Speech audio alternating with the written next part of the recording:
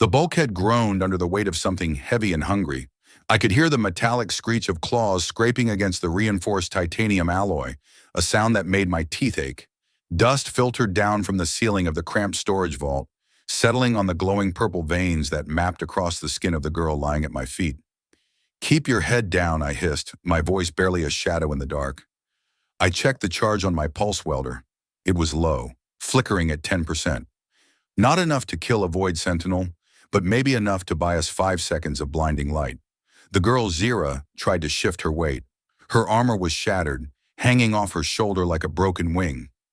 Every time she breathed, the air whistled through a jagged hole in her chest plate where her lumen core sat, dimming and brightening like a dying sun.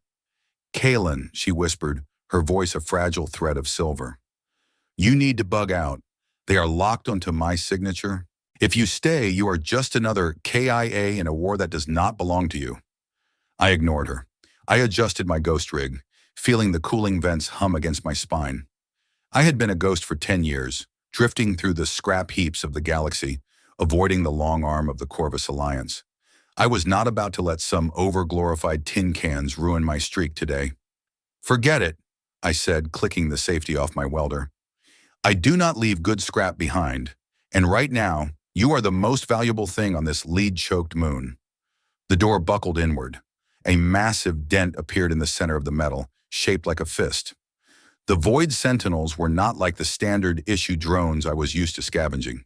They were wraiths of the High Council, programmed with one directive: delete the witness. Outside, the wind of Xylos 4 howled between the canyon walls, carrying the scent of burned ozone and ancient iron.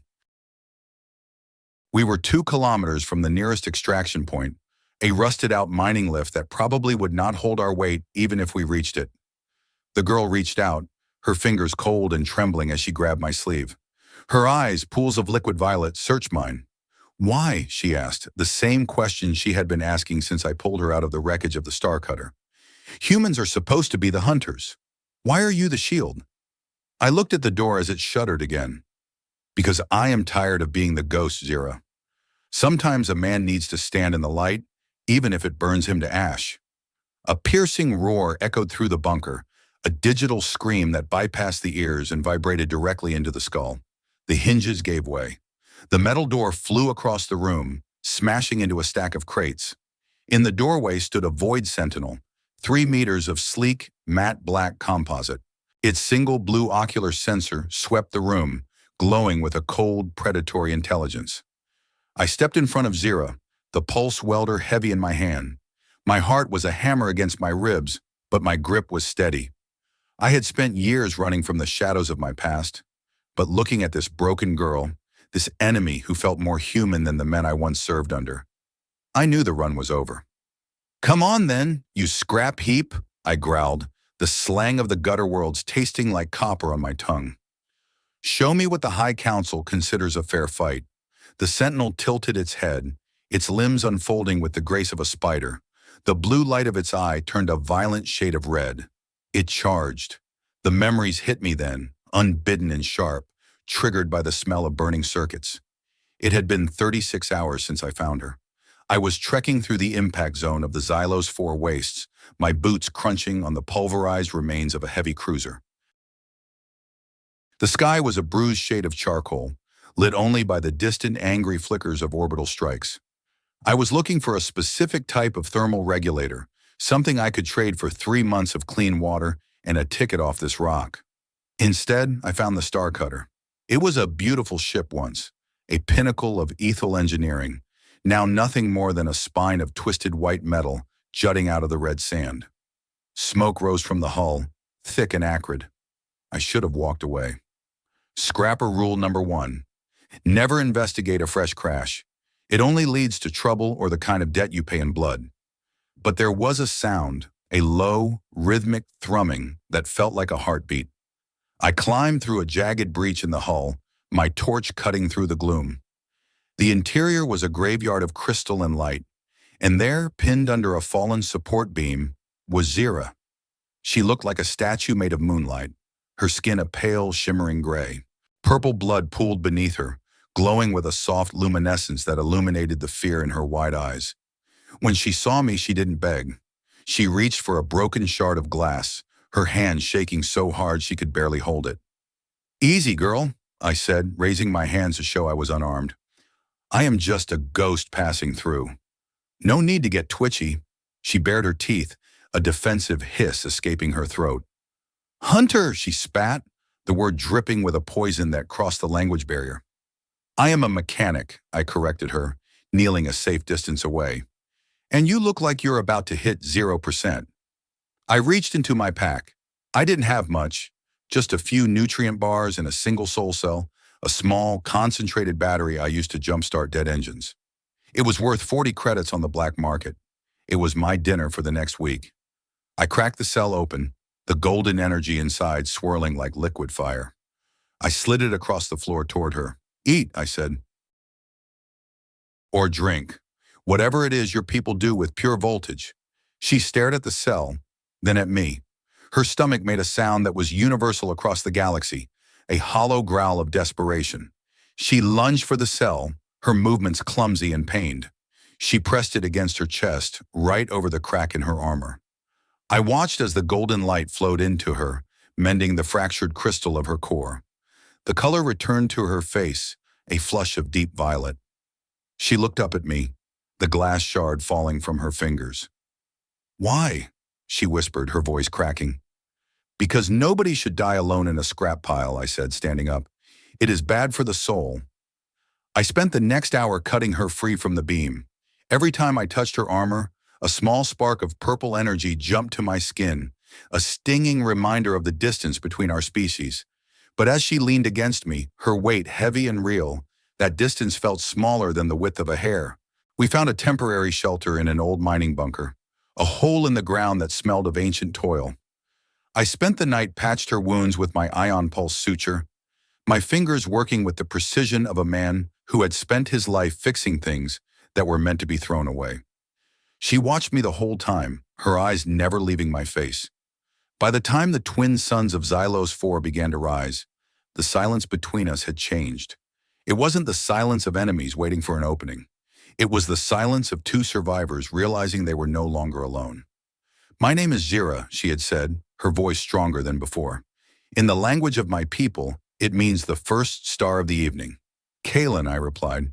"In the language of my people, it means, well, it doesn't mean much of anything. Just a guy with a wrench." She had laughed then, a sound that seemed impossible in a place like this. And then she had shown me the data, the reason the Star Cutter had been shot down.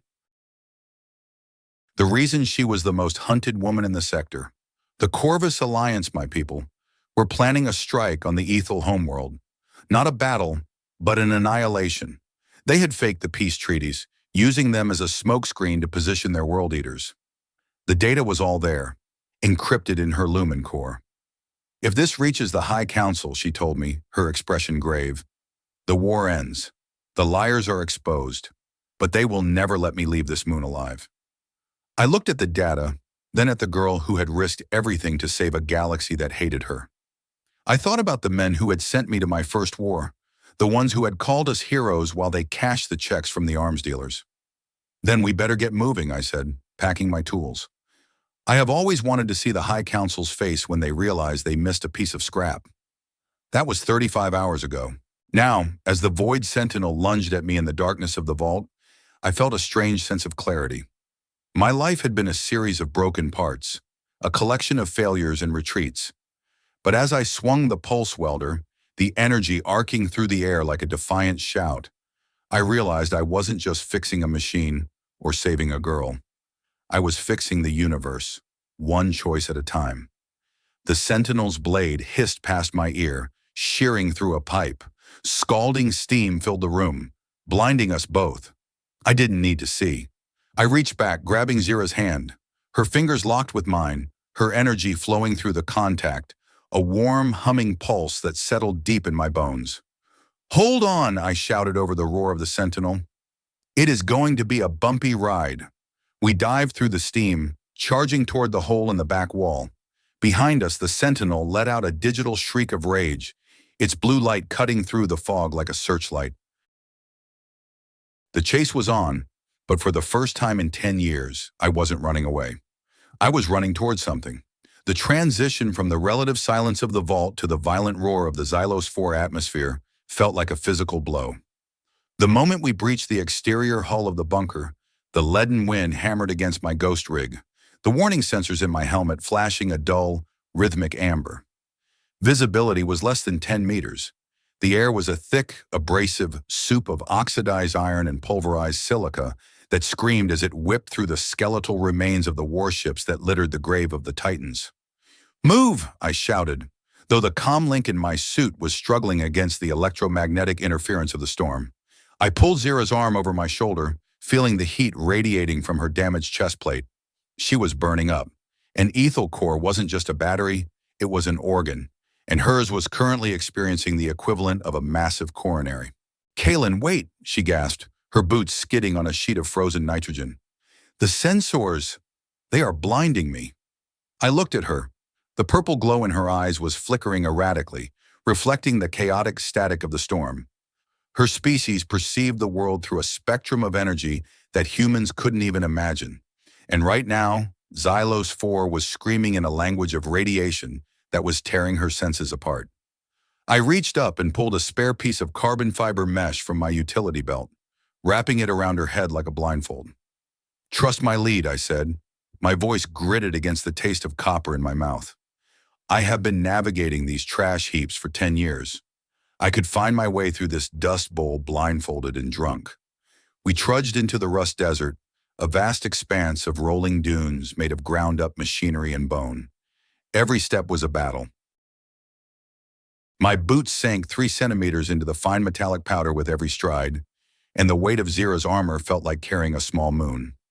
My ghost rig was pushing its servos to the limit, the hydraulic fluid hissing in the cold air. We had been walking for nearly 2 hours when the sound of the storm changed. It wasn't just the wind anymore. There was a low-frequency hum, a thrumming that resonated in the marrow of my bones. I stopped, pulling Zhyra behind the rusted turbine of a downed Corvus dreadnought. "What is it?" she whispered, leaning heavily against the scorched metal. "Vulture wraiths," I muttered, checking the long-range scanner on my wrist. The screen was a mess of snow, but 3 distinct heat signatures were blooming 500 meters to our north. Scrappers, but not the kind that trade fair. These guys are the bottom feeders. They don't dig for tech. They wait for someone else to do the work and then strip the meat off the bones. "Kaelen, if they find us," Zhyra began, her hand drifting toward the empty holster at her hip. "They won't," I promised, but I knew I was lying. "On Xylos 4, you didn't hide from vultures. You either paid the tax or you became the inventory." The heat signatures were moving fast. They were on skimmer bikes, light, fast, and loud. The roar of their engines began to cut through the wind, a jagged, mechanical snarl. I looked at Zhyra. Her skin was turning a translucent shade of indigo, a sign that her core was failing to regulate her internal temperature. She wouldn't survive another hour in the open storm. I pulled out my thermal cloak, a tattered piece of tech that was supposed to mask our heat signature. I draped it over both of us, pulling her close into the small alcove of the turbine. "Don't breathe," I whispered. "Don't even think about glowing." The skimmers screamed past our position, the downdraft of their thrusters kicking up a cloud of red dust that choked my external filters. I watched through a gap in the turbine as they circled. There were 3 of them, clad in mismatched armor plates and carrying modified pulse rifles. I recognized the markings on the lead bike, a jagged skull painted in white phosphorus. Jax's crew. Great. Just my luck. Jax and I went back a long way. We had served in the same infantry division during the siege of Velonis Prime. He had been a decent soldier once, before the war chewed him up and spat him out onto the scrap heaps of the Outer Rim. Now he was a man who would sell his own mother for 20 liters of fuel-grade ethanol. The bikes slowed, their engines dropping to a low, predatory growl. They knew we were here. A scrapper like Jax could smell fresh, ethyl blood from a kilometer away. It had a scent like ozone and crushed violets, and to a man with no soul, it smelled like a payday. "I know you're out here, Voss." Jax's voice boomed over his bike's external speakers, distorted by the wind. "I saw the heat bloom from that bunker explosion. That was a big bang for a small ghost. Why don't you come out and show me what you found?" Maybe we can reach an agreement. I felt Zhyra's hand tighten on my arm. Her fingers were ice cold. Kaelen, you can't fight three of them, she projected into my mind, the lumen bond between us pulsing with a sharp, staccato rhythm of fear. Leave the crystal. Leave me. They will let you go if you give them what they want. I looked at her, her face hidden behind the mesh, her body trembling with a fever that would kill a human in minutes. I thought about the thousands of lives recorded in her core. I thought about the peace that was being traded for profit by men like Jax in the High Council. No, I said, not through the comms, but directly into the dark space between us. I'm done trading lives for credits, Zhyra. I stood up, stepping out from behind the turbine. The thermal cloak fell away like a shed skin. The three skimmers immediately swiveled their headlights toward me, blinding me with high-intensity halogen beams. Well, look at that, Jax laughed, his silhouette leaning back on his bike. The great ghost of Xylos has finally haunted us with his presence. You look like hell, Kaelen.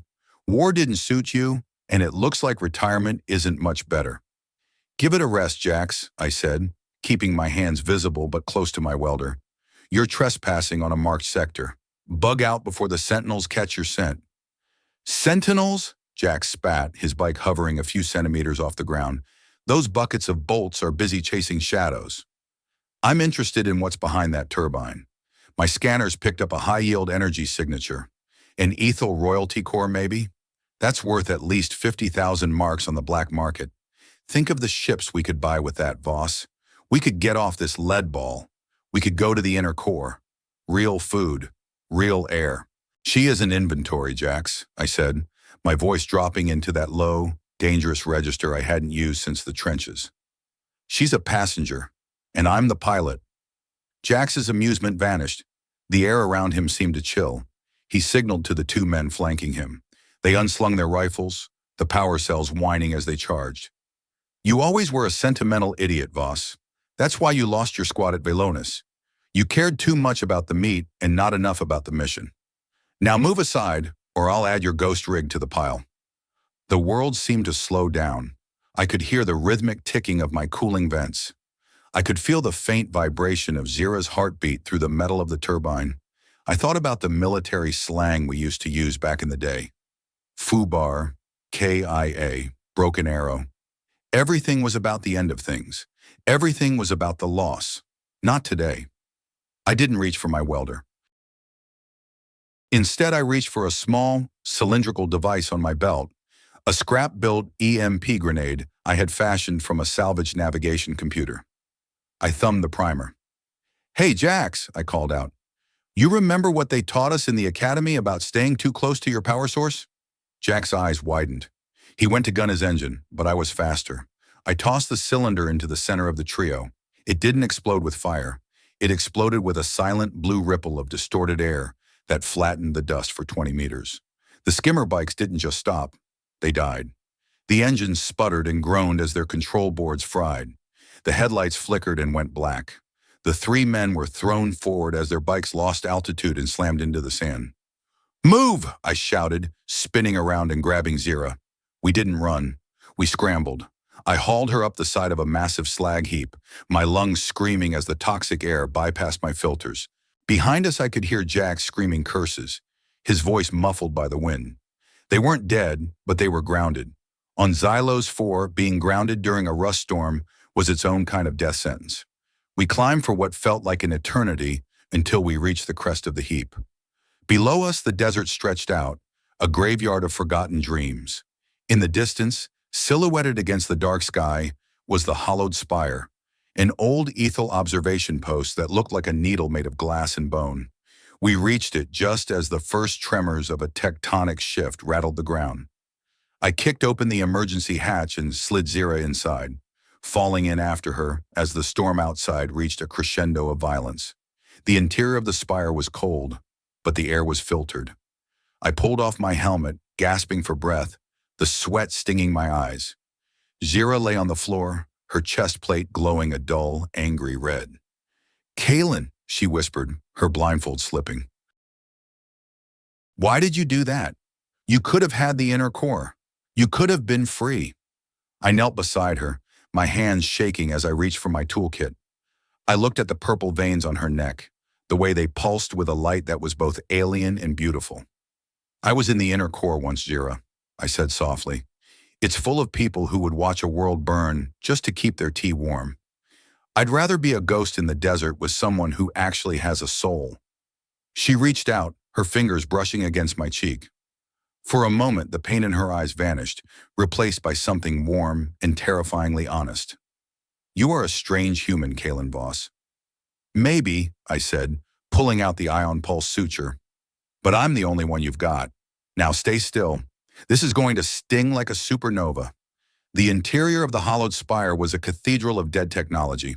Ribs of white biosynthetic material arched toward a ceiling that vanished into the shadows, and the walls were lined with dormant data crystals that hummed with a faint, ghostly resonance. It was an ethereal place, built for a people who saw the universe as a grand symphony of energy, but now it was just a cold, hollow shell. I had Zhyra laid out on a stone plinth that might have once been a navigator's station. The air here was thin, but it didn't have the metallic bite of the desert. I had my ghost rig's external lamp set to a low, warm amber, illuminating the workspace I had cleared around her. I need to open the plate, I said, my voice echoing in the vast space. The impact with the Sentinel didn't just crack your armor, it pushed a shard of composite plating into the primary conduit of your core. If I don't pull it out, the energy feedback will fry your nervous system. Zhyra looked up at me, her face pale, her lips a bruised shade of indigo. Do you know how to perform a lumen suture? She asked, her voice barely a breath. It is not like fixing a ship, Kaelen. My core is connected to my memories, my identity. If you touch it with a human charge, you could erase me. I gripped the ion pulse suture, the tool feeling heavy and clumsy in my hand. I wasn't a doctor. I was a scrapper who knew how to bypass security codes and hotwire ancient thrusters. But I had spent the last 10 years learning the anatomy of things, how they held together and how they fell apart. I'm not using a human charge, I said. I pulled out the soul cell I had used earlier. There was still a trickle of golden energy left in it, ethereal energy. I'm going to bridge the gap with this. It won't be perfect, but it'll act as a buffer. She closed her eyes, her breathing shallow and rhythmic. I trust you, she whispered.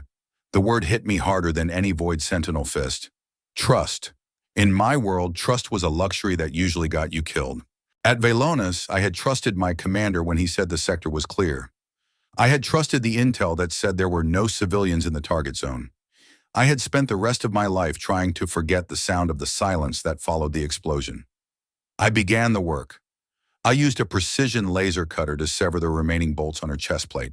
The metal groaned and gave way, revealing the pulsing, crystalline heart of her being. The lumen core was a sphere of pure light, about the size of a grapefruit, suspended in a web of glowing filaments. It was beautiful, but it was also a mess. A jagged piece of black metal was wedged deep into its side, and the surrounding tissue was charred and blackened. I held my breath, my hands steadying as they entered that high-stakes flow state I only found when the world was falling apart. I used a pair of fine-tipped magnetic tweezers to grip the shard. Okay, I said, mostly to myself. On 3, 1, 2. I pulled. Zhyra's back arched off the plinth, a silent scream frozen on her lips. A surge of purple light erupted from the core, blinding me for a second. The spire itself seemed to groan, the data crystals on the walls flashing in sympathy. I felt a wave of images wash over me, memories that weren't mine. A city made of floating glass, the smell of a garden that bloomed in the dark, the sound of a voice singing in a language that felt like a caress. Then the surge subsided. I had the shard. It was a piece of Corvus military-grade alloy. I quickly moved the ion pulse suture into place, the golden energy of the soul cell acting as a bridge as I fused the ruptured conduit back together. The blackened tissue began to glow again, the healthy violet light slowly pushing back the darkness. Zhyra's body relaxed, her breath hitching as she fell into a deep, healing sleep. I slumped back against a crate, the adrenaline leaving my system like a receding tide. I looked at my hands. They were covered in a mixture of gray dust and glowing purple blood. I stayed like that for a long time, watching the rhythm of her core. It was stabilizing. She was going to make it.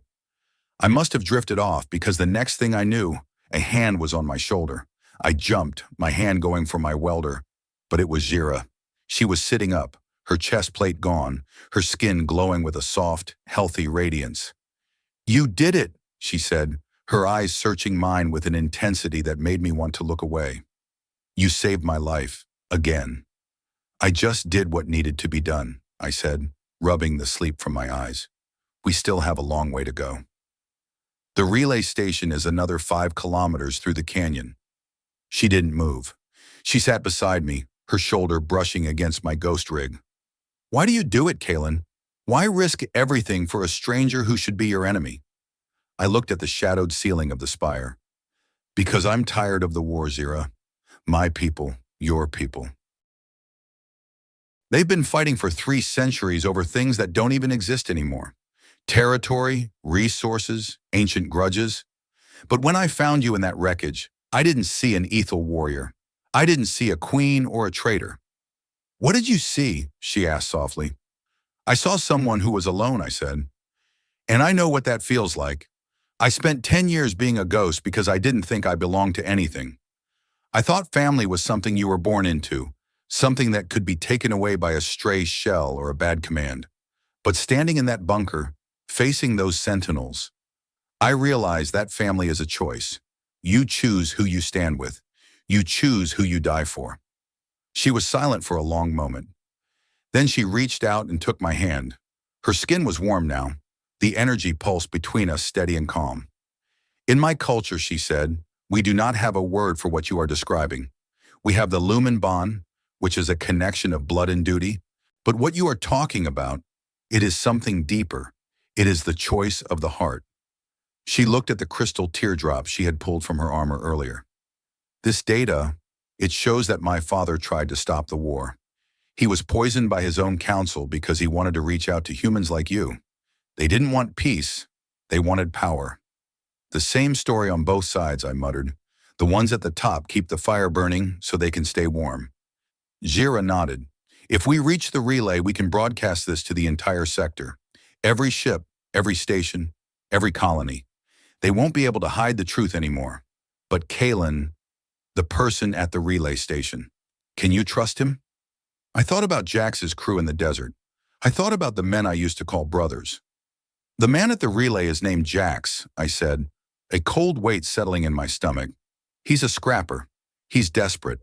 But he's the only one with the encryption keys to bypass the Corvus firewall. If he saw what happened in the desert, he'll be waiting for us." "And if he betrays us?" Zhyra asked. I looked at my pulse welder, then back at her. "Then we do what we've been doing since the start, Zhyra. We fight together." We left the spire an hour later, the storm outside having faded into a dull, leaden haze. The trek through the canyon was quiet, the only sound the crunch of our boots on the shale. We reached the relay station just as the first sun began to peek over the horizon, a pale, sickly disk in the dusty sky. The station was a sprawling complex of satellite dishes and cooling towers, perched on the edge of a deep rift. It looked abandoned, but I could see the faint flicker of a security drone patrolling the perimeter. "Wait here," I whispered to Zhyra, pointing to a cluster of crates near the entrance. "I'll go in first and see if the air is clear." I moved toward the main terminal, my ghost rig's stealth cams active. The door was unlocked. I stepped inside, the smell of stale coffee and ozone hitting me. "Jax," I called out, my hand on my welder. The lights flickered on, blinding me for a second. When my eyes adjusted, I saw him. Jax was sitting in a high-back command chair, a bandage wrapped around his head, a pulse rifle resting across his lap. He didn't look angry. He looked tired. "I knew you'd come here, Kaelen," he said, his voice echoing in the empty room. "There isn't anywhere else to go." I stood my ground. "Did you get the skimmers fixed?" Jax laughed, a bitter, dry sound. "Those bikes are scrap, boss. You fried the boards beyond repair. My boys are still out there, walking through the sand. They're going to kill you when they get here. But you're not going to let them, are you?" I asked. "Because you know what's on that crystal. You saw the signature. You know this is more than just a payday." Jax looked at the rifle in his lap, then at me. I'm a scrapper, Kaelen. I don't care about politics. I care about surviving. And right now, the Corvus Alliance is offering 100,000 marks for the Ethel girl. That's enough to buy a moon, Voss. He raised the rifle, aiming it directly at my chest. Where is she, Kaelen? Give her to me, and maybe I'll let you live. Maybe I'll even give you a cut. I didn't move. I didn't reach for my weapon. I just looked him in the eye, the man I had shared a foxhole with on Velanus. Remember the 3rd platoon, Jax? I asked softly. Remember the kid from the colony who shared his water with us when we were pinned down? He didn't have to do that. He wasn't one of us. But he did it because he saw we were thirsty. Jax's grip on the rifle tightened. That kid is dead, Voss. Just like everyone else. He's only dead if we let the people who killed him keep winning, I said. You have a choice, Jax. You can be the man who sold a queen for 100,000 marks, or you can be the man who helped end a war. Which one of you is going to walk out of this room? The silence in the station was deafening. I could hear the hum of the relay dishes overhead, the sound of the galaxy waiting for a message. Jax's finger was on the trigger. His eyes were full of 1,000 miles of dust and regret. I held my breath, the lumen bond with Zhyra pulsing with a steady, defiant beat. Family is a choice, Jax, I whispered. Choose. The tension inside the relay station was a physical weight, heavier than the atmospheric pressure of Xylos 4 pressing against the hull. Jax's finger remained steady on the trigger of his pulse rifle, the muzzle pointed directly at the center of my chest. I could see the sweat beating on his forehead, a map of anxiety carved into his weathered skin. Behind me, the heavy silence of the station was broken only by the rhythmic hum of the cooling fans and the distant, lonely howl of the leaden wind outside. Put the hardware down, Jax, I said, my voice as calm as a frozen sea.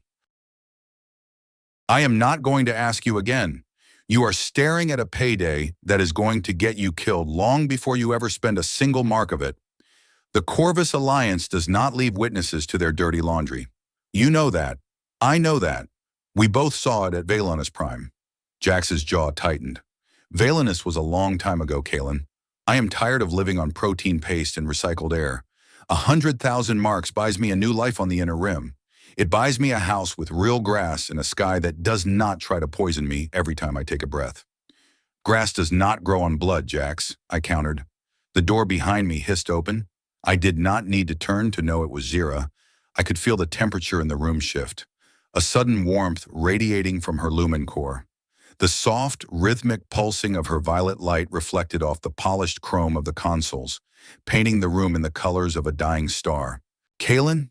Her voice was small, but it held a resonance that seemed to vibrate the very air. Stay back, Zhyra, I commanded, not taking my eyes off Jax. Our friend here is having a crisis of conscience. He is trying to decide if he is a soldier or a butcher. Jax's gaze flickered to her, and for a second his aim wavered. He saw what I had seen, not a target, not a royal alien asset, but a young woman whose life was hanging by a thread of stolen energy. He saw the way she leaned against the doorframe, her fingers curling around the cold metal for support. She is just a girl, Jax whispered, more to himself than to me.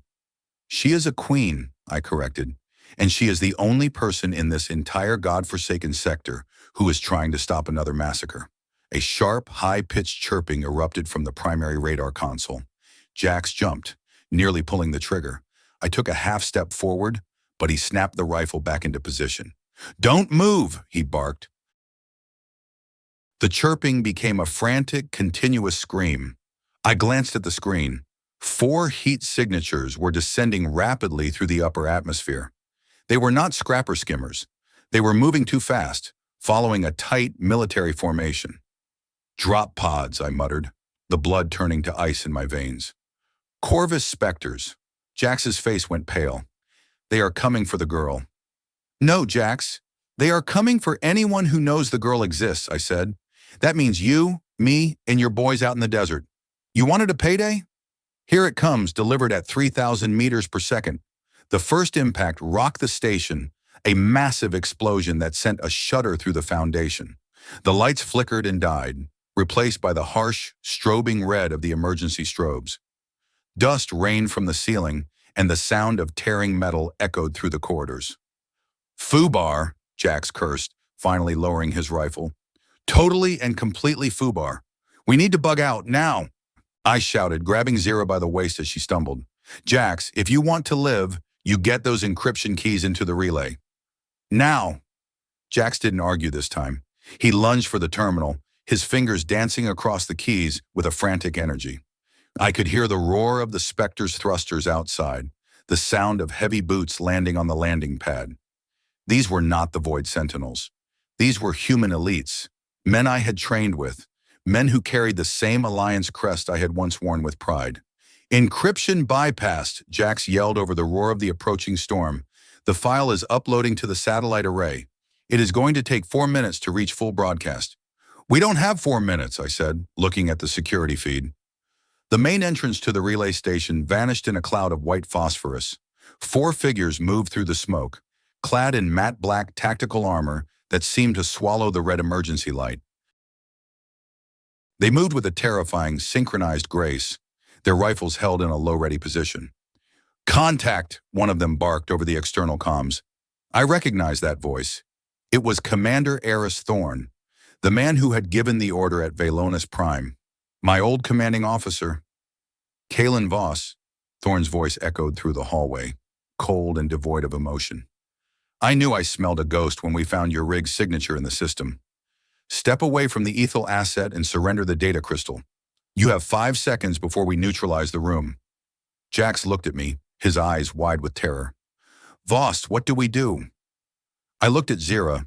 Her purple light was fading again, the stress of the situation taxing her newly repaired core. She looked at me, and in that moment, I didn't see fear. I saw trust. She had placed her life in the hands of a human scrapper, and she was ready to die for the choice she had made. I looked back at the upload bar on the screen. 30%. 30. Choice, I whispered to myself. I grabbed a pair of shock batons from a nearby rack and tossed one to Jax. Jax, get her into the server room. Barricade the door. If anyone tries to get in, you fry them. I'm going to buy you those 4 minutes. Kaelen, no! Zhyra cried out, reaching for my hand.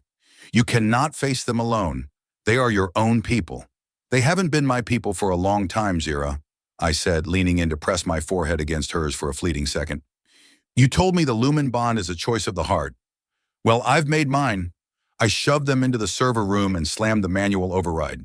The thick, lead-lined door hissed shut, locking with a series of heavy metallic clunks. I turned to face the hallway. The smoke was clearing. Thorn and his specters were 10 meters away. Thorn! I shouted, stepping into the center of the corridor. You're late. The data is already in the air. Voss, Thorn said, his visor reflecting the red strobes like the eyes of a demon.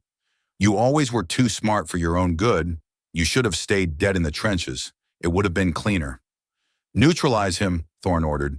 The 3 specters moved forward. I didn't wait for them to reach me. I kicked a stack of coolant canisters toward them and triggered the release valves with a well-placed kick. A cloud of super-cooled gas erupted, obscuring their vision and freezing the deck plates. I lunged through the mist, the shock baton crackling with blue energy. I wasn't fighting as a soldier anymore. I was fighting as a man who had finally found something worth protecting. The first Spectre tried to raise his rifle, but I was inside his guard. I jammed the baton into the neck seal of his armor. 5,000 volts dumped into his system in a fraction of a second. He dropped like a sack of scrap metal. The second one was faster. He swung the butt of his rifle, catching me in the ribs. I felt the bones snap, a white-hot flare of pain blinding me for a heartbeat. I rolled with the blow, sweeping his legs out from under him. As he hit the ground, I slammed the baton into his chest plate, shorting out his suit's life support. 2 down, 2 minutes left on the clock. Thorn didn't move. He stood at the end of the hall, his rifle pointed at my head. The third Spectre was flanking me from the left, moving behind the shadows of the cooling towers. Give it up, Kaelen, Thorn said. You're bleeding. You're broken. You're defending a creature that doesn't even have a name for what you're doing. Why? For 100,000 marks? No, Thorn, I spat, blood bubbling in the back of my throat. For the choice. The third Spectre lunged from the shadows. I tried to pivot, but my leg buckled. He tackled me to the ground, his armored fingers crushing my windpipe. I clawed at his visor, my vision swimming in darkness. Behind the server door, I could hear Zhyra screaming my name. The upload bar hit 80%. Thorn stepped closer, the muzzle of his rifle cold against my temple. You always were a disappointment, Voss. You had the makings of a great officer. Instead, you became a ghost. Goodbye, Kaelen. A sudden, violent explosion rocked the station from the outside. Not a drop pod. This was a heavy ordnance hit. The floor tilted at a 45-degree angle. The specter on top of me was thrown into a wall. Thorn stumbled, his shot going wide and shattering a terminal. I looked toward the hole in the station wall. A rusted, battered skimmer bike was hovering in the opening, its nose-mounted cannons glowing orange from the heat of the firing. Jax's crew. "Get in, you idiots!" one of the scrappers yelled over the roar of the wind. "The whole cliff is coming down." The upload bar hit 100%. Broadcasting. The screen flashed in bright, triumphant green. I scrambled to my feet, ignoring the agony in my ribs. I hammered on the server room door override. Jax and Zhyra tumbled out. "Go!" I pointed at the skimmer. Thorn recovered, raising his rifle again. But Jax was faster. He didn't use a baton. He used the pulse rifle he had been holding the whole time. He fired a single concentrated shot at the ceiling directly above Thorn. 6 tons of reinforced concrete and steel came crashing down, burying the commander in a tomb of his own making. "Voss, get on!" Jax screamed, pulling Zhyra onto the back of the skimmer. I lunged for the hovering craft, my fingers catching the edge of the cargo netting just as the station's foundation gave way. The entire relay complex groaned one last time and slid into the abyss of the rift, swallowed by the darkness and the dust. We flew into the red haze of the storm, 4 humans and 1 alien queen, bound together by a choice that had cost us everything and given us the galaxy. The skimmer bike groaned under the weight of 5 passengers, its repulsor lifts whining in a high agonizing pitch as we descended into the depths of the Great Rift. Behind us, the hollowed spire and the relay station were nothing but memories buried under 1,000,000 tons of rock and dust. The red haze of the storm had given way to a deep, oppressive purple as we sank below the moon's surface level, entering the subterranean labyrinth that bridged the crust and the mantle. "Keep her steady, Jax," I yelled, my hand pressed hard against my side where the broken ribs were grating together. "I'm trying, Voss." "The engine is choked with grit, and the port thruster is coughing blood," Jax shouted back, his hands white-knuckled on the steering vanes. We were dropping into the vile veins, a network of canyons so deep that the suns of Xylos 4 never reached them. Instead, the world here was lit by the ethel flora, vast forests of bioluminescent fungus and crystalline moss that grew on the mineral-rich walls. It was a hallucinatory landscape of neon blues and soft oranges, a stark contrast to the gritty, rusted death above. The skimmer sputtered one last time and lost power, gliding onto a soft bed of glowing moss. We skidded for 30 meters before coming to a halt at the edge of a subterranean lake. The water was perfectly still, reflecting the glowing ceiling like a mirror of stars. "Everyone out," I wheezed, rolling off the bike and onto the moss. It felt like walking on a cloud made of velvet. Zhyra was beside me in an instant.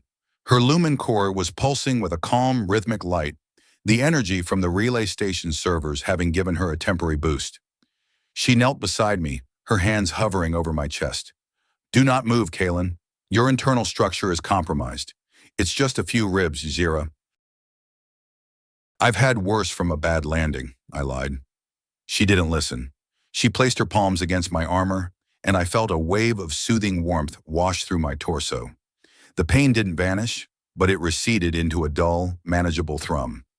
Jax and his 2 remaining crewmen, a massive man named Tiny and a nervous-looking woman called Rat, stood by the dead skimmer, their rifles pointed at the darkness.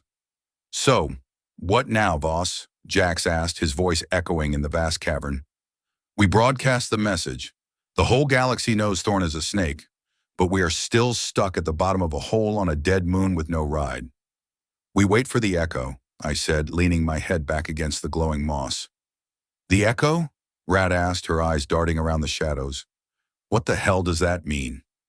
"It means that truth is like a sonar pulse," I explained. "We sent it out. Now we wait to see who answers. The Corvus Alliance isn't just Thorn and the High Council. There are good people in the fleet, people who remember what the uniform is supposed to stand for. And if they don't come, Tiny grumbled, then we die in the prettiest graveyard in the universe, I said. Zhyra sat beside me, her fingers tracing the patterns in the moss. She looked different down here. The shadows and the bioluminescence highlighted the alien grace of her features, but they also showed the weight of the crown she was destined to wear. Kaelen, she whispered, when you faced Thorn, you called me your choice. I looked at her.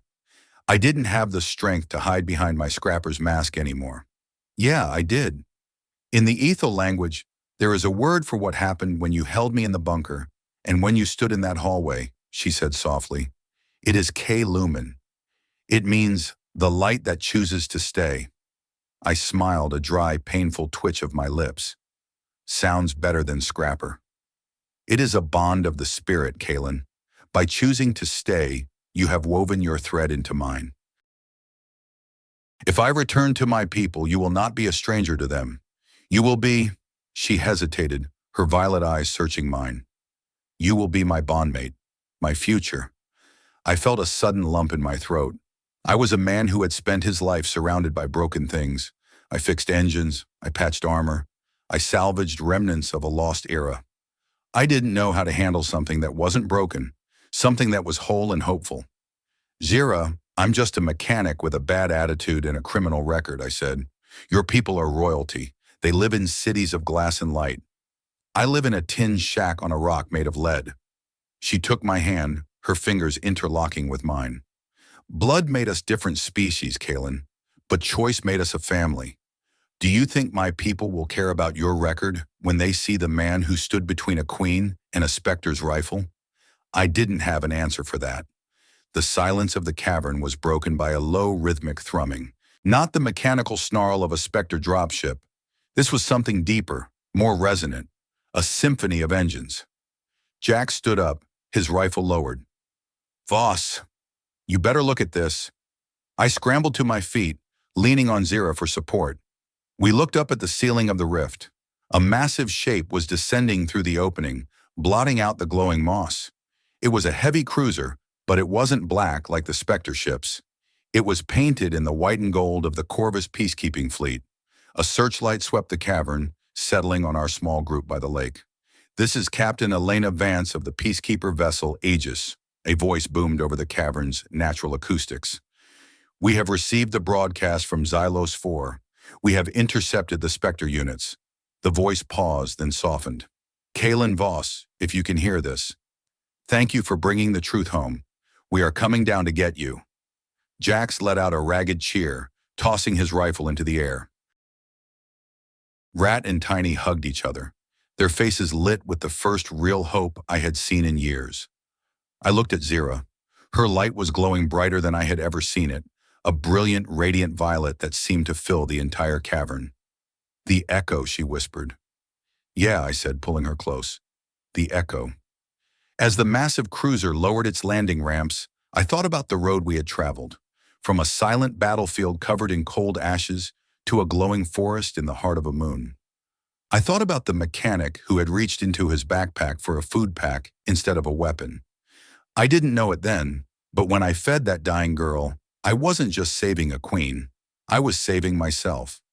I was choosing to stop being a ghost and start being a man again. The war wasn't over. There would be trials and politics and more fights to come. The High Council wouldn't go down without a struggle, and the bridge between humans and Ethel was still fragile, held together by nothing but a single broadcast and a handful of survivors. But as I stepped onto the ramp of the Aegis, holding Zhyra's hand, I knew one thing for certain. Family isn't about the blood you share. It's about the people you choose to stand with when the storm comes. And I had made the best choice of my life. The peacekeeper vessel. Aegis did not hum like the Ethel ships, nor did it groan like the rusted hulks I usually spent my days gutting. It thrummed with a heavy industrial heartbeat that spoke of deep space endurance and high-yield weaponry. Sitting in the medbay, surrounded by the sterile scent of antiseptic and the low chatter of automated diagnostics, I felt like a piece of grit in a precision watch. I was a scrapper, a man who belonged to the red dust in the jagged metal of Xylos 4. Yet here I was, wrapped in a high-density thermal blanket on the flagship of the Corvus peacekeeping fleet. Kaelen, you need to stop squirming or the autodoc is going to think you are having a seizure, Captain Elena Vance said, her voice cutting through the fog of my exhaustion. She stood by the observation window, her uniform crisp, her silver hair pulled back in a tight military knot. She looked like the kind of woman who had never missed a mission or a regulation in her life. My ribs are knitting, Elena. It itchy as hell, I grunted, shifting on the biogel mattress. And I am not a fan of being poked by needles that don't have a soul. She walked over, her boots clicking on the polished floor. You were lucky we were in the sector. That broadcast you pushed through the relay, it did more than just expose Eris Thorn. It fractured the High Council. Half the fleet is calling for a ceasefire, and the other half is ready to burn the galaxy to hide their tracks. You have sparked a firestorm, boss. I looked at my hands. The purple glow of Zhyra's blood had faded from my skin, scrubbed away by the medbay's decontamination showers, but the memory of her warmth stayed with me. Where is she? Vance sighed, a rare moment of softness crossing her face. She is in the secure observation lounge. Her core is stable, but the ethel medical delegates from the neutral zones are concerned. They have never seen a lumen bond formed with a human before. They are calling it an anomaly. Some are calling it a contamination. A contamination? I spat, the anger flaring in my chest like a hot ember. I saved her life. I fed her. I held her through the fever, and I stood in front of a Spectre squad for her. If that is a contamination, then your scientists can go straight to the scrap heap. Steady, Kaelen, Vance said, placing a firm hand on my shoulder. I am on your side, but you have to understand the optics. We are heading to Lumina Prime, the ethel homeworld. This is not a scrapyard negotiation. This is the heart of an ancient empire that has been at war with us for 3 centuries.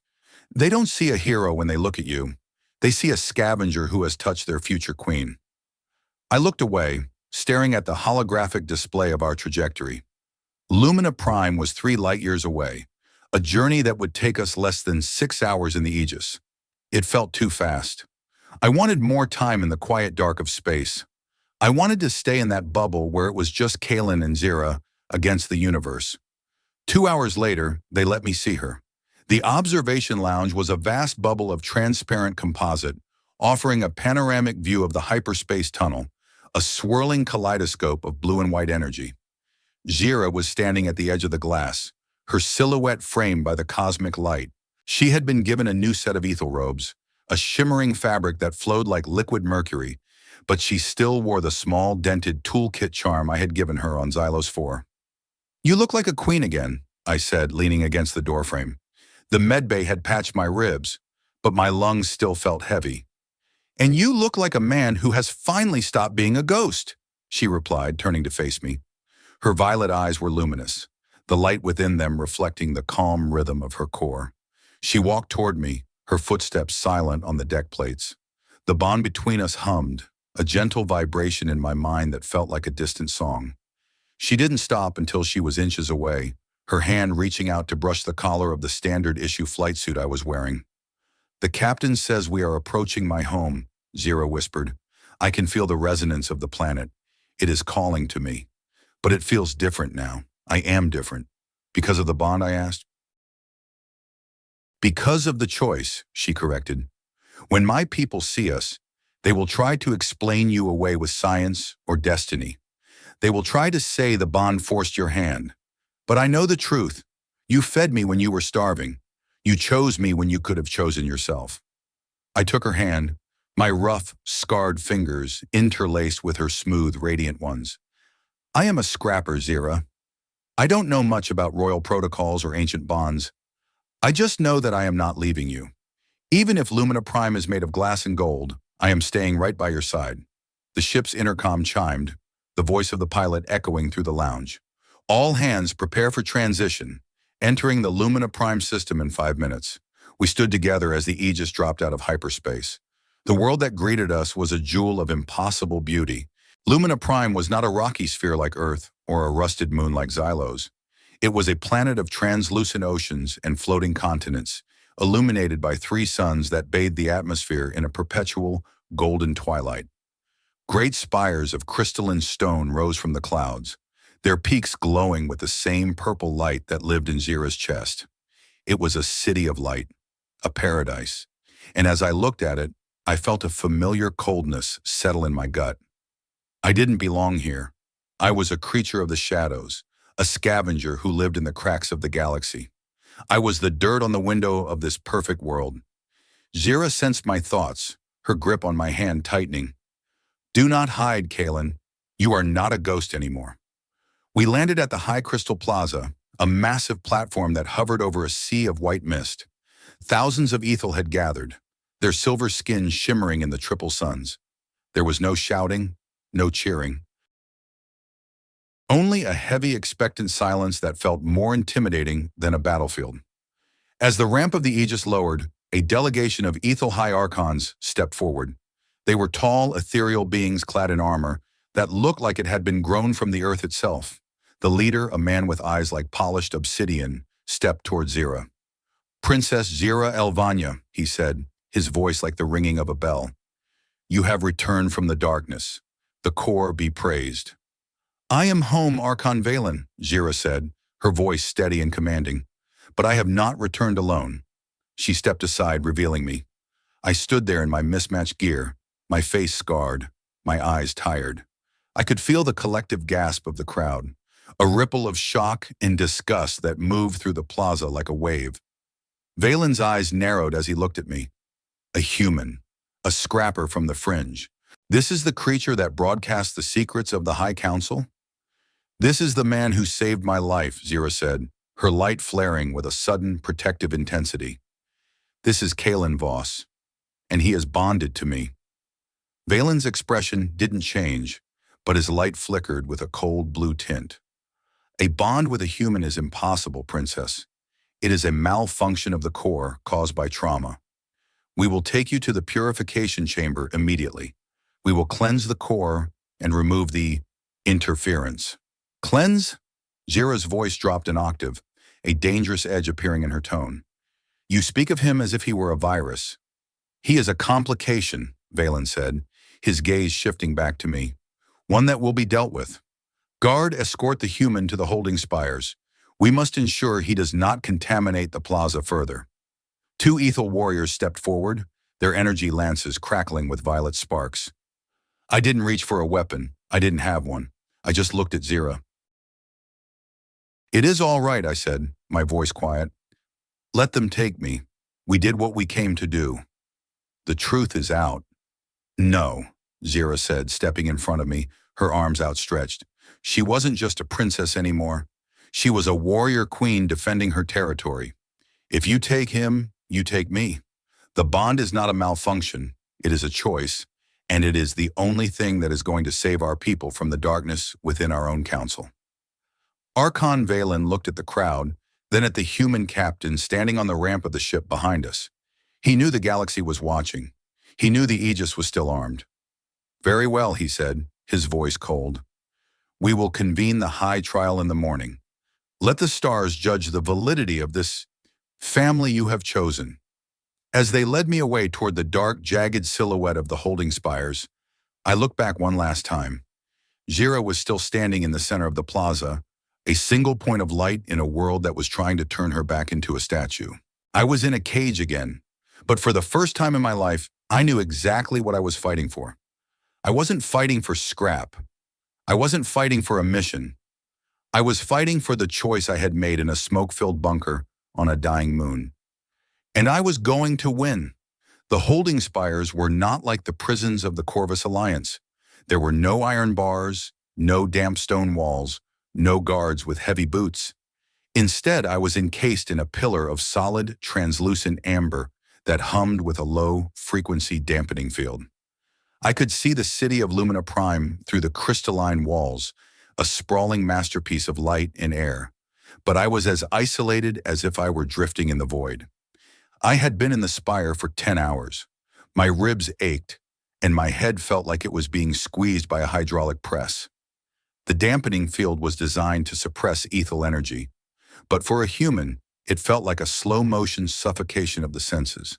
The amber wall shimmered and dissolved. Archon Valen stepped into the small circular chamber, his presence preceded by a chill that seemed to suck the warmth from the air. He was alone. "You are a persistent piece of hardware, Voss," he said, using the human slang with a sneer that made my skin crawl. "Most of your kind would have flatlined under this pressure by now." "We are a stubborn species, Valen," I said, my voice raspy. "We don't like being told where we can and cannot stay." He walked around me, his eyes scanning my ghost rig as if it were a diseased organ. "You have caused a great deal of trouble. The broadcast from Xylos 4 has ignited riots in 3 of our outlying colonies. The humans are demanding a full investigation of the High Council. You have broken the status quo that has kept our empires in a state of manageable friction for 300 years. "Manageable friction?" I laughed, the sound harsh in the small room. "You mean a slow-motion genocide? You mean 3 centuries of children growing up in ruins, while you sit in your glass towers and talk about the purity of the core?" Valen stopped in front of me. "Purity is everything. Without it, the Ethel are nothing but glowing meat. And you have introduced a variable we cannot tolerate. The princess is the heir to the silver throne. Her core must be a reflection of our history, not a diary of a scrapper's mercy. If you touch her core, you kill her," I said, stepping forward until I was inches from his face. "I saw what happened when I sutured it. The data, the memories, they are woven into the light. You try to cleanse her, and you'll be left with a hollow shell. Is that what you want? A queen who is nothing but a puppet?" Valen's eyes flared with a sudden, violent purple. "We want order, and order requires the removal of the anomaly. The high trial begins in 1 hour. You will be given a chance to speak. Do not waste it. If you agree to renounce the bond and return to your people, I will ensure you are given enough credits to live like a king on the inner rim. If I refuse, then you will be purified along with her," Valen said quietly, "and humans do not survive the process." He turned and left, the amber wall shimmering back into existence behind him. 1 hour later, I was standing in the center of the Hall of Luminescence. It was a vast, circular arena, carved into the heart of the highest spire on the planet. Thousands of Ethels sat in tiered rows, their lights dimmed in a sign of solemnity. In the center of the room, on a raised dais, sat the 12 archons of the High Council. Zhyra was there too, standing in a circle of white light opposite me. She looked exhausted, her robes torn at the edges, her light flickering with the strain of the dampening fields that permeated the hall. When our eyes met, I felt the bond surge, a desperate, aching pulse of connection that defied the distance between us. The trial began with a long, droning recitation of Ethel law. They spoke of the sacredness of the core, the history of the silver lineage, and the dangers of external contamination. To them, I wasn't a man, I was a biological error. "Kaelen Voss," Archon Valen's voice boomed, echoing through the chamber. "You stand accused of violating the sanctity of the royal core. You have formed an unauthorized resonance with the heir to the throne. Do you deny these actions?" I looked up at the thousands of faces watching me. I saw fear, I saw anger, but in the front row I saw Captain Vance and a small group of human peacekeepers.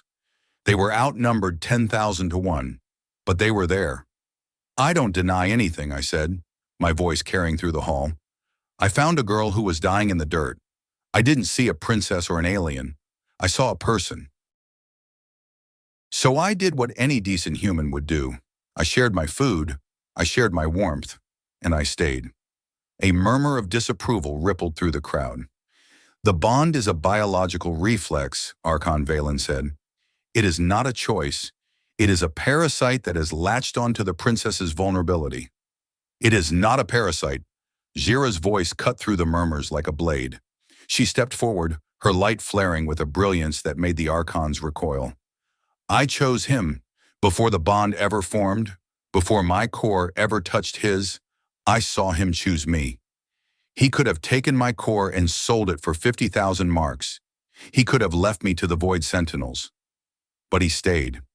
She looked at the council, her eyes burning with a fierce, silver fire. You talk about purity as if it is a lack of contact, but true purity is the courage to be kind in the dark. The bond isn't a malfunction, it is an evolution. It is the realization that we are not alone in this galaxy unless we choose to be. The Archons whispered among themselves, their lights pulsing in a chaotic, agitated rhythm. I could see the cracks in their certainty. The truth was a dangerous thing, but the idea of a family born of choice was even more threatening to their order. Kaelen Voss, one of the older Archons, said, her voice softer than Valen's, "If you truly care for the princess, you will release her. You will allow us to restore her to her true self. You are a scrapper. You know that broken things must be repaired." I looked at Zhyra. I saw the tear track on her cheek. I saw the way her fingers were trembling. I thought about the house with the real grass on the inner rim. I thought about a life where I didn't have to look over my shoulder every 5 minutes. I could walk away. I could save her life by leaving her. I could give her back her throne and her people. I took a breath, the air in the hall tasting of ozone and ancient stone. "You're right," I said, my voice steady. "I am a scrapper. I spend my life fixing things that are broken. And for a long time I thought I was broken too. I thought I was just a ghost wandering through the ruins of a war I didn't understand." I walked toward the center of the hall, toward the circle of light where Zhyra stood. The guards shifted their energy lances, but they didn't fire. But then I found Zhyra. I continued, my gaze fixed on her. And I realized that we weren't broken. We were just lonely. We were two pieces of a galaxy that had been torn apart, and we found a way to fit together. I reached the edge of her light and stopped. "You want to repair her? You can't. Because she isn't a machine. She's a person who made a choice, and so am I." I looked up at the council, my jaw set. "I am not renouncing the bond. I am not leaving. You can purify me, you can kill me, or you can let us go. But you are not going to take away the one thing that belongs to us. Family isn't about the blood you're born with," I shouted, my voice ringing in the silence of the hall. "It's about the people you choose to die for, and I choose her." Zhyra reached out, her hand crossing the boundary of her light.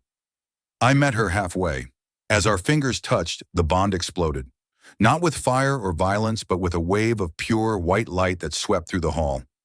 It was the resonance of two souls finally in sync, a frequency that the dampening fields couldn't touch. The Archons shielded their eyes, the crowd gasped. For a single heartbeat, the city of Lumina Prime was silent. The light faded, leaving us standing in the center of the floor, our hands locked together. We were still alive. We were still bonded. And the Archons looked very, very small. Captain Vance stood up in the gallery, her hand on her sidearm.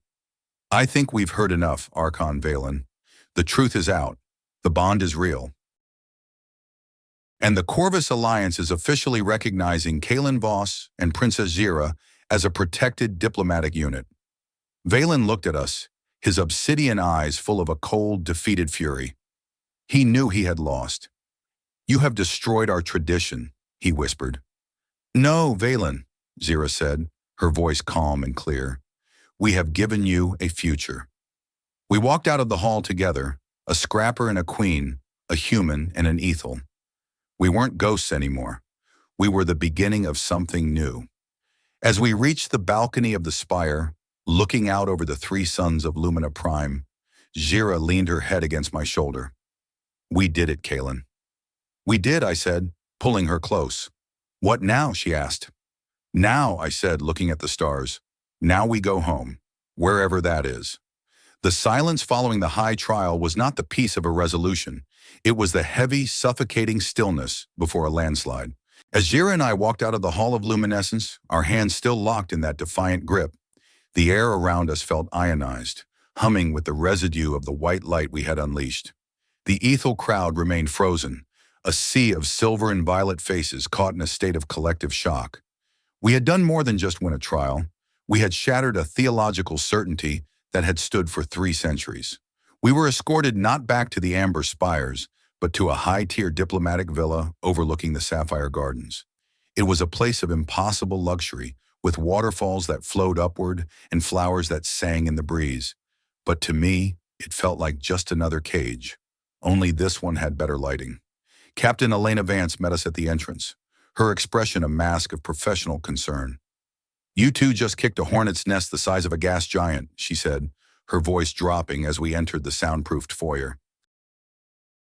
"Thorne's faction is not going to just roll over because a scrapper and a princess shared a light show." I slumped into a chair made of woven light, feeling the exhaustion finally begin to win its war against my adrenaline. My ribs were throbbing again, and the dampening fields of the hall had left a metallic tang on my tongue. "Thorne is dead, Elena. Jax made sure of that." "Thorne was a symptom, Kaelen, not the disease," Vance countered, leaning against a crystalline pillar. "The High Council has been built on the idea of ethel superiority for a dozen generations. You didn't just expose a secret, you invalidated their entire worldview. There are cells of specters still active in this city, and they do not answer to the peacekeeping fleet. They answer to the Archons who want you erased." Zhyra walked to the balcony, her robes shimmering in the twilight of the three suns. Her light was calm now, a steady, deep violet that seemed to draw strength from the planet itself. "They will try to kill us tonight," she said. "Not as a fear, but as a statement of fact. Archon Valen cannot allow the Lumen bond to be studied. If the people realize that we can find family among our enemies, the war becomes a crime that cannot be forgiven." She turned to look at me and the bond between us flared, a sudden, sharp pulse of shared determination. "Kaelen, you have done enough. Captain Vance can get you back to the Aegis. You can be light years away before the first strike." I stood up, my joints popping with a sound like dry wood. I gave Zhyra a look that would have stopped a void sentinel in its tracks. "We already had this talk, Princess. I am not bugging out. I spent 10 years running from ghosts. I am not going to start running from the living now that I finally have a reason to stand still." Jax walked in then, looking remarkably out of place in a room that cost more than his entire home colony. He had a stolen ethel energy lance over one shoulder and a grin that was 80% teeth. "Voss, the lady is right. The streets are getting twitchy. My boys picked up chatter on the scrapper frequencies. There is a hit squad moving through the lower levels. They are using ghost tech. No heat signatures, no noise." Vance snapped into action, her hand going to her comlink. "All Aegis units, full tactical alert. Secure the perimeter of the Sapphire Gardens." "No," I said, stepping forward. "If they see peacekeepers, they will just call it a human invasion. This has to be an internal matter. Jax, you and your crew take the service tunnels. Use the scrap tricks we learned on Xylos 4. If they are using ghost tech, they are looking for military signatures. They won't be looking for a bunch of grease monkeys with hot-wired pulse welders." Jax nodded, his eyes gleaming with the thrill of the hunt. "You got it, boss. We'll show these high and mighty specters how we handle business dirtside." He vanished back into the shadows and I turned to Zhyra. "We need to go to the heart of the city, the Great Pulse Relay." "The relay?" Zhyra asked, her brow furrowing. "Why?" "Because the high trial was only for the elite," I said. "The people in the lower tiers, the ones who are actually fighting and dying in your wars, they only saw the highlights. We need to show them the bond, Zhyra, not through a broadcast, but in person. We need to walk through the streets together." "It is suicide," Vance warned. "It is the only way to end this," I replied. "We have to show them that we are not an anomaly, we are the future." We left the villa under the cover of the deepening twilight. The city of Lumina Prime was a labyrinth of verticality, with gravity lifts moving thousands of people between the floating tiers. We moved through the shadows of the high spires, our ghost rigs active, our signatures masked by the very technology the hunters were using to find us. As we descended into the lower tiers, the atmosphere changed. The glass and gold gave way to reinforced composite and industrial vents. This was the heart of the machine, the place where the ethel workers maintained the illusions of the upper world. We were halfway to the pulse relay when the first attack came. A flash of blue light cut through the air, narrowly missing Zhyra's head. 3 specters emerged from the shimmer of their cloaking fields, their armor matte black, their rifles suppressed. They didn't speak. They didn't offer a chance to surrender. They just opened fire. I tackled Zhyra behind a cooling manifold, the energy bolts sizzling against the metal above us.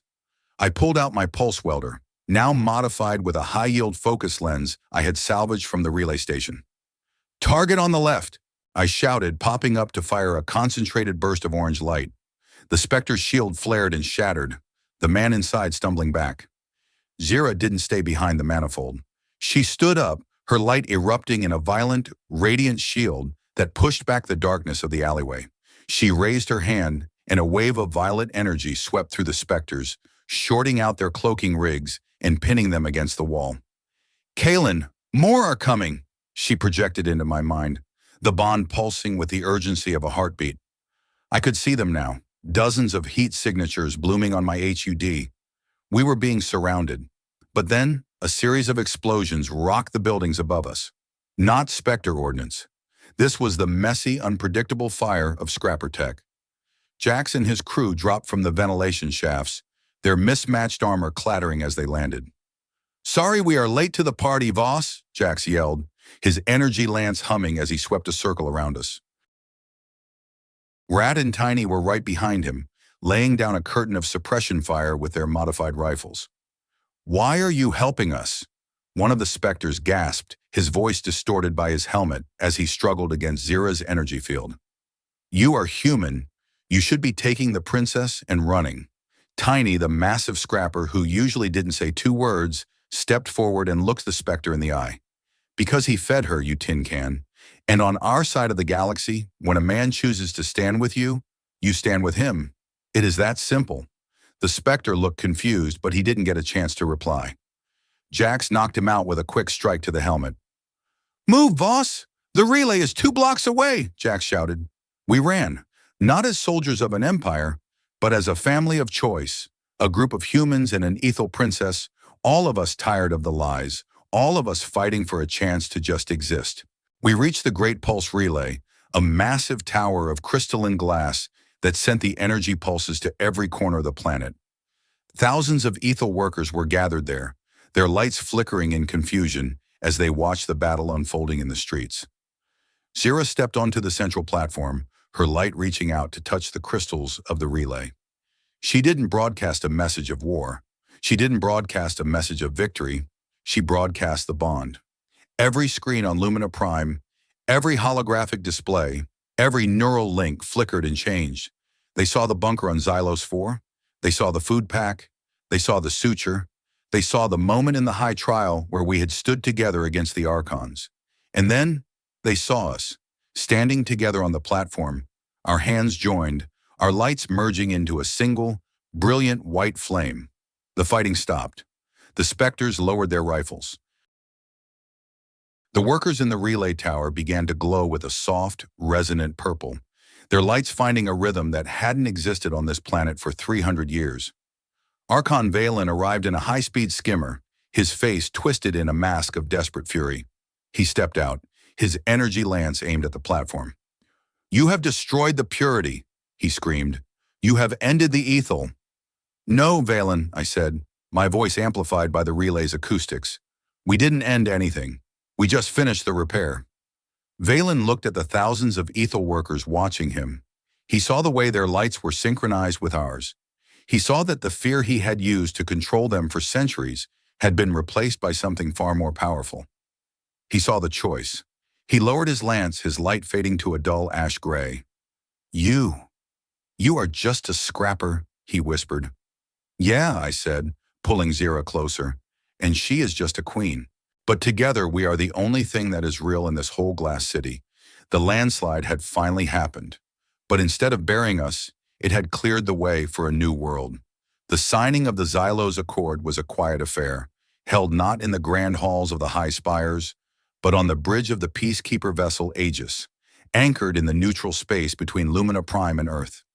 There were no fanfares, no thousands of spectators, just a few dozen people who had seen the worst of the war and decided they had had enough. Captain Vance stood on one side, representing the Corvus Alliance. On the other stood Zhyra, now the High Regent of the Ethel, her silver robes catching the light of the stars. Between them lay a simple digital tablet, the document that would end 3 centuries of bloodshed. "It is done," Vance said, her voice unusually soft as she pressed her thumb to the seal. "The borders are open. The purge is officially over." Zhyra signed her name in the flowing script of her people. A legacy of peace, she whispered, born from a handful of bread and a choice in the dark. I stood at the back of the bridge, leaning against a bulkhead, watching the moment unfold. I was wearing my old ghost rig. I had fixed the cooling vents and patched the armor, but I refused to get a new one. It was a reminder of who I was. Jax was beside me, looking uncomfortable in a formal suit that Rat had forced him into. So, Voss, you're a hero now. Diplomatic consort to the Ethel Regency? Does that mean you're too good to dig through a scrap pile for a Mark IV thermal regulator? I laughed, the sound no longer painful in my chest. I'll never be too good for scrap, Jax. In fact, I'm thinking of setting up a workshop on Xylos 4, a neutral ground, a place where anyone can come to get their gear fixed, no matter what color their blood is. Jax grinned, his teeth reflecting the bridge lights. A scrapper's embassy. I like it. Just make sure the coffee is better than the sludge you used to serve in the bunker. The ceremony ended and the bridge cleared, leaving only Zhyra and me. She walked over to me, her steps light, her presence a warm, familiar hum in my mind. You are thinking about the desert again, she said, her violet eyes searching mine. I'm thinking about how lucky I was that I didn't find that thermal regulator, I replied, pulling her into a slow, easy embrace. If I had, I would have walked right past that bunker. I would have been just another ghost in the waste. Zhyra leaned her forehead against mine, her light merging with the faint glow of my ghost rig sensors. You would have never walked past, Kaelen. Your heart was already looking for me. You just didn't know it yet. She was right. I had spent 10 years thinking I was a ghost because I had lost my squad. But the truth was, I was a ghost because I had forgotten how to choose. I had been a passenger in my own life, driven by the momentum of a war I didn't believe in. I walked to the observation window, looking out at the vast, swirling beauty of the galaxy. It was full of monsters and tyrants and broken things, but it was also full of light. I think about that night on Xylos 4 a lot. I think about the smell of the burned circuits and the way the leaden wind sounded like it was crying. I remember looking at Zhyra, seeing the fear in her eyes and feeling that sharp, cold shock of realization. She was the enemy. She was the reason my brothers were dead. She was a biological weapon that could have erased me with a single pulse. And yet, when I reached into my pack, I didn't feel any of that. I didn't feel the weight of the war or the pressure of the history between us. I just felt the weight of the bread in my hand. I've spent most of my life fixing machines. Engines are simple. You follow the schematics, you replace the worn parts, you provide the right amount of fuel, and the thing runs. But humans, we are the most complex pieces of hardware in the universe. We have these ancient, hardwired instincts for survival, for tribalism, for fear. We are built to see the other as a threat. But we have one feature that no machine has, the override. We can choose to go against our programming. We can choose to see a person instead of a target. We can choose to build a family out of the people we find in the wreckage, even if they look like the monsters from our nightmares. I realized then that I wasn't just saving her future. I was saving my own. I was proving to myself that the war hadn't completely gutted me, that there was still a part of Kaelen Voss that could choose mercy over a payday. And in that one small act, the entire galaxy shifted. It didn't take an army to end the war. It took a food pack and a man who was tired of being alone. We are all scrappers in a way, wandering through the ruins of our own lives, looking for something that still works. And the most valuable thing you will ever find in the dust isn't a power cell or a gold-plated hull. It is the hand that reaches out to help you up when you think you've finally hit 0%. I look at Zhyra now, and I don't see a queen. I don't see an alien. I see my home. I see the choice that I make every single day when I wake up. I spent 10 years running from a ghost, only to find my soul in the eyes of a girl I was supposed to hate. I wonder, as I look out at these thousands of stars, each one a different world with its own wars and its own walls. Is there someone in your life you have been taught to fear? Someone you have been told is your enemy? What would happen if, just for a moment, you ignored the programming and reached into your pack to offer them a piece of bread? Who might you save? And in doing so, who might you become? I turned away from the stars and looked at Zhyra, who was waiting for me by the door. I pulled a small silver wrench from my belt and placed it on the console, a humble tool in a room full of treaties. Let's go, Zhyra, I said, a smile finally reaching my eyes. We have a galaxy to fix. We walked off the bridge together, the sound of our boots in sync, leaving the cold ashes of the past behind as we stepped into the light of 1,000 new suns.